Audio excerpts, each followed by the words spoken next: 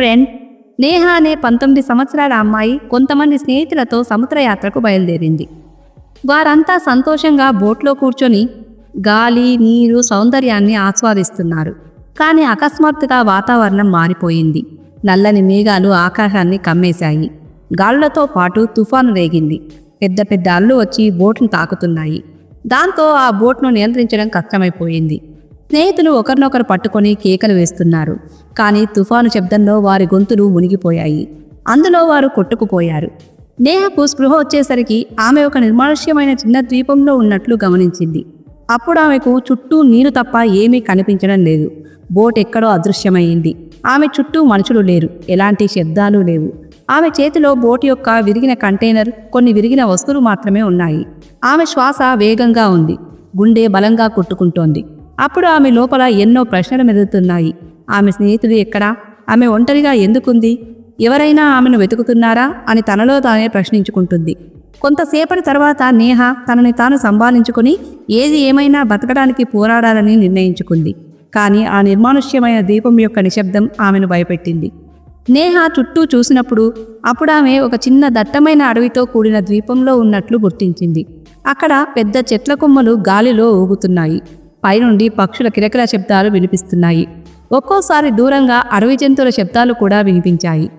చుట్టూ నీటితో చుట్టబడిన ఈ చిన్న భూభాగం పూర్తిగా నిర్మానుష్యంగా కనిపించింది.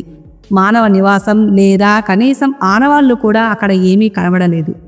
అప్పుడు నేహ విరిగిన బోట్ యొక్క చెక్క ముక్కలను సేకరించి వాటిలో కొన్ని బలమైన ముక్కలతో వర్షం, చలి నుండి రక్షణ కల్పించే ఒక చిన్న ఆశ్రయం నిర్మించింది. కానీ రాత్రి అయ్యేసరికి ద్వీపం యొక్క నిశ్శబ్దంలో ఒక వింత శబ్దం వినిపించడం మొదలయ్యింది. చెట్ల మధ్య నీడలు కదలడం, ఒక్కోసారి ఏవో గుసగుసలు వినిపిస్తున్నట్లు అనిపించింది.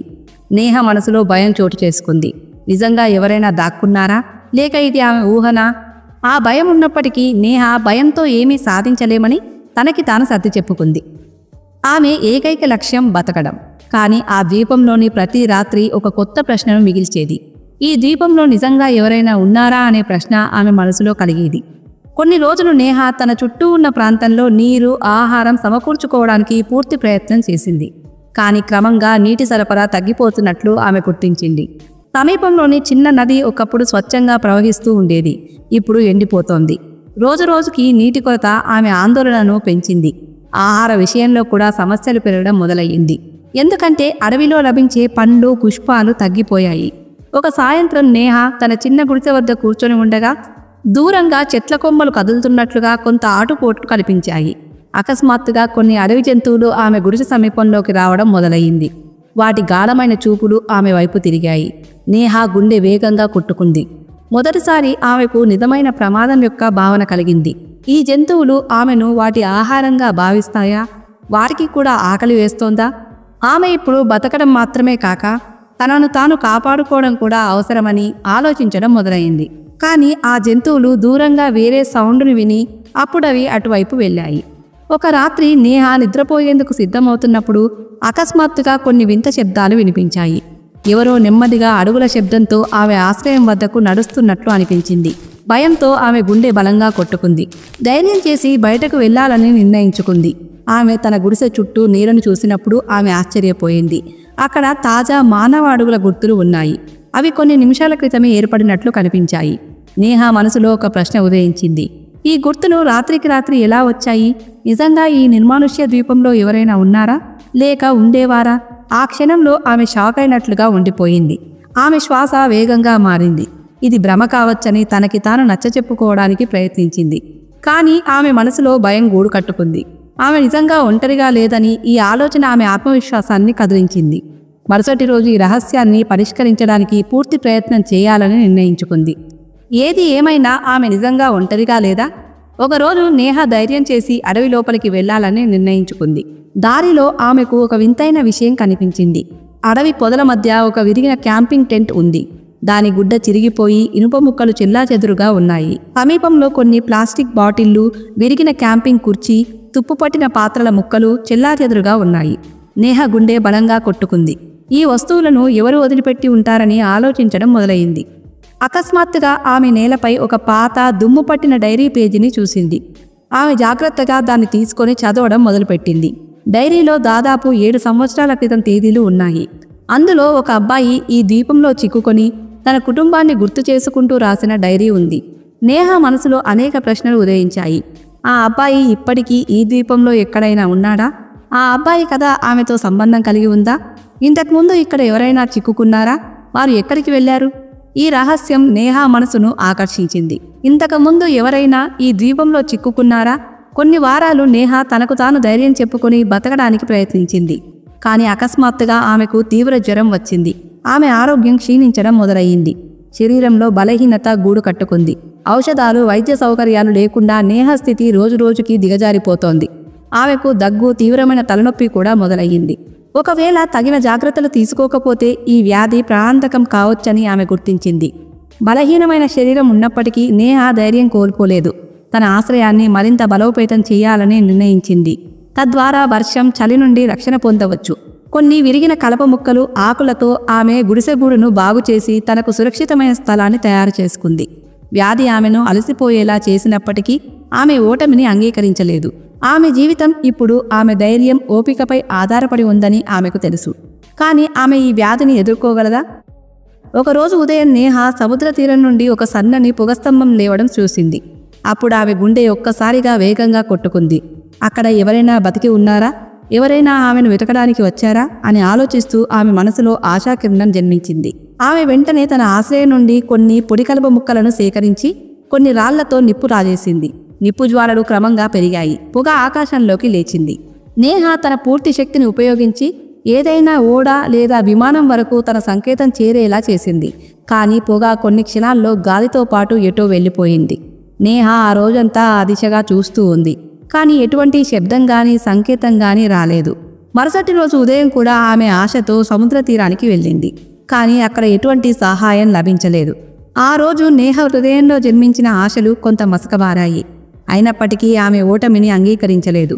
సహాయం తప్పకుండా వస్తుందని, ఓపికగా ఉండాలని తనలో తాను అనుకుంది. కానీ ఆమెకు సహాయం లభిస్తుందా? ఒకరోజు నేహ అడవిలో తిరుగుతూ ఒక పొద దగ్గర ఏదో మెరుస్తున్న వస్తువును చూసింది. అది చూసి ఆమెలో ఆసక్తి పెరిగింది. అప్పుడు ఆమె అక్కడ నెమ్మదిగా మట్టిని తొలగించడం మొదలుపెట్టింది. అంతలో అక్కడ ఒక పాత విరిగిన మొబైల్ ఫోన్ను కనుగొంది. మొబైల్ చాలా పాతది, దెబ్బతిన్న స్థితిలో ఉంది. కానీ నేహ దాన్ని జాగ్రత్తగా పరిశీలించింది. మొబైల్లో నెట్వర్క్ అస్సలు లేదు. కానీ ఆమె దాన్ని ఆన్ చేయడానికి ప్రయత్నించింది. అది పూర్తిగా ఆన్ కాలేదు. కానీ స్క్రీన్పై కొన్ని పాత మెసేజ్లు, నోటిఫికేషన్లు కనిపించాయి. ఆ సందేశాల్లో ఎవరో తమ కుటుంబానికి ఈ ద్వీపంలో చిక్కుకున్నానని, తక్షణ సహాయం అవసరమని రాస్తున్నారు. నేహ మనసులో ప్రశ్నలు ఉదయించాయి. ఈ మొబైల్ ఆ డైరీ రాసిన వ్యక్తిదా? ఆమె ఈ ద్వీపంలో ఉన్నట్లు ఎవరికైనా తెలుసా? అయినా సహాయం ఎందుకు రాలేదు? లేక ఇదంతా ఉద్దేశపూర్వకంగా దాచబడిందా? ఈ మొబైల్ సందేశాలు నేహ మనసులో ఒక కొత్త రహస్యాన్ని రేకెత్తించాయి. ఆమె ఈ ద్వీపంలో ఉన్నట్లు ఎవరికైనా తెలుసా? నేహ ఆ మొబైల్లోని మెసేజ్లను జాగ్రత్తగా చదవడం మొదలుపెట్టింది. ఆ సందేశాల్లో సహాయం వస్తోందని, రెస్క్యూ బృందం త్వరలో చేరుకుంటుందని, ఓపికగా ఉండమని రాసి ఉంది. ప్రతి సందేశంలో ఆశాకిరణం మెరిసింది. కానీ అకస్మాత్తుగా ఒకరోజు మెసేజ్లు రావడం ఆగిపోయాయి. చివరి కొన్ని సందేశాలు అసంపూర్తిగా, ఎవరో మధ్యలో సంభాషణను వదిలేసినట్లు అనిపించాయి. నేహ ఆలోచించింది. నిజంగా సహాయం వచ్చేందుకు సిద్ధంగా ఉందా? లేక ఇవన్నీ కేవలం ఊహాజనిత ఆశలా? ఈ ఆలోచన ఆమె మనసుపై గాఢమైన ప్రభావం చూపింది. ఈ ద్వీపంలో ఆమెలాగే చాలా మంది చిక్కుకొని ఉండవచ్చని ఆమె గుర్తించింది. కానీ వారి గురించి ఎటువంటి ఆచూకీ లేకపోవచ్చు. ఈ ఆలోచన ఆమెకు భారంగా అనిపించింది. ఆమె ధైర్యం కొంత క్షీణించడం మొదలయ్యింది. కానీ ఆమె తనను తాను సర్ది చెప్పుకుంది. ఓటమిని అంగీకరించడం సులభమని, కానీ బతకడం అంతకంటే కష్టమని ఆమెకు తెలుసు. నేహ తన హృదయంలో నిర్ణయించుకుంది. ఏది ఏమైనా తన కోసం ఆమె ఇప్పటి వరకు తెలుసుకున్న వారి కథల కోసం పోరాడుతూనే ఉంటుంది. అసలు ఆ వ్యక్తులకు ఏమైంది? వచ్చి 2 సంవత్సరాలు గడుస్తున్నా నేహ ఆశలు పూర్తిగా ఆవిరి కాలేదు. తన జీవితాన్ని తానే కాపాడుకోవాలని ఆమె గుర్తించింది.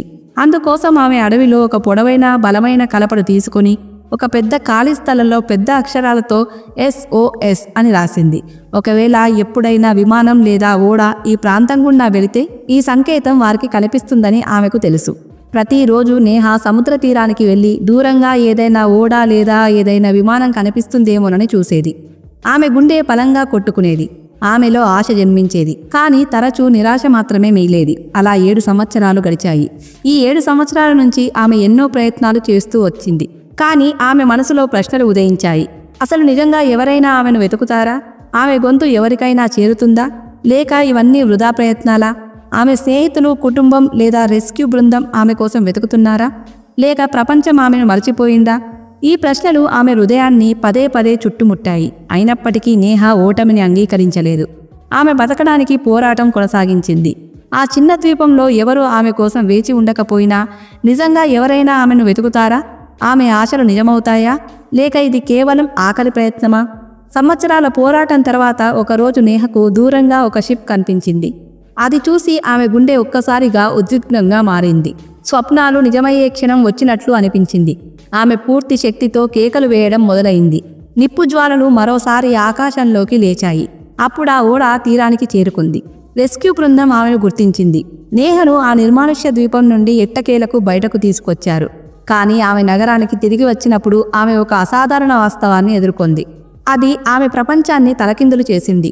ప్రభుత్వ రికార్డులు, ఆసుపత్రి నివేదికలు, ఆమె కుటుంబం యొక్క నివేదికల ప్రకారం ఆమె వయస్సు, ఆమె గుర్తింపు, ఆ 7 సంవత్సరాల కథకు ఎటువంటి ఆధారాలు లేవు. 7 సంవత్సరాలలో నేహ అనే అమ్మాయి ఎక్కడా అదృశ్యం కాలేదు. నేహ నిజంగా ఆ ద్వీపంలో ఉందా? లేక ఆమె తనను తాను ఆ చీకటిలో కోల్పోయిందా? ఇదంతా మానసిక ఒత్తిడి వల్ల ఆమె భ్రమ?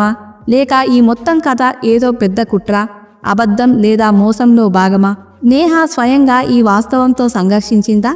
ఆమె జ్ఞాపకాలు, నొప్పి, పోరాటం నిజమా లేక కేవలం ఒక భ్రమనా? ఈ ప్రశ్నలు ఇప్పటికీ అందరి మనసుల్లో మెదులుతున్నాయి. మనం ఎప్పుడైనా నిజాన్ని తెలుసుకోగలమా? లేక ఈ రహస్యం ఎప్పటికీ ఒక సాల్వ్ చేయని ఫజిల్లాగానే మిగిలిపోతుందా? ఫ్రెండ్స్, మీ అభిప్రాయాన్ని కామెంట్ చేయండి. ఈ వీడియోని తప్పక లైక్ చేయండి. నమస్తే.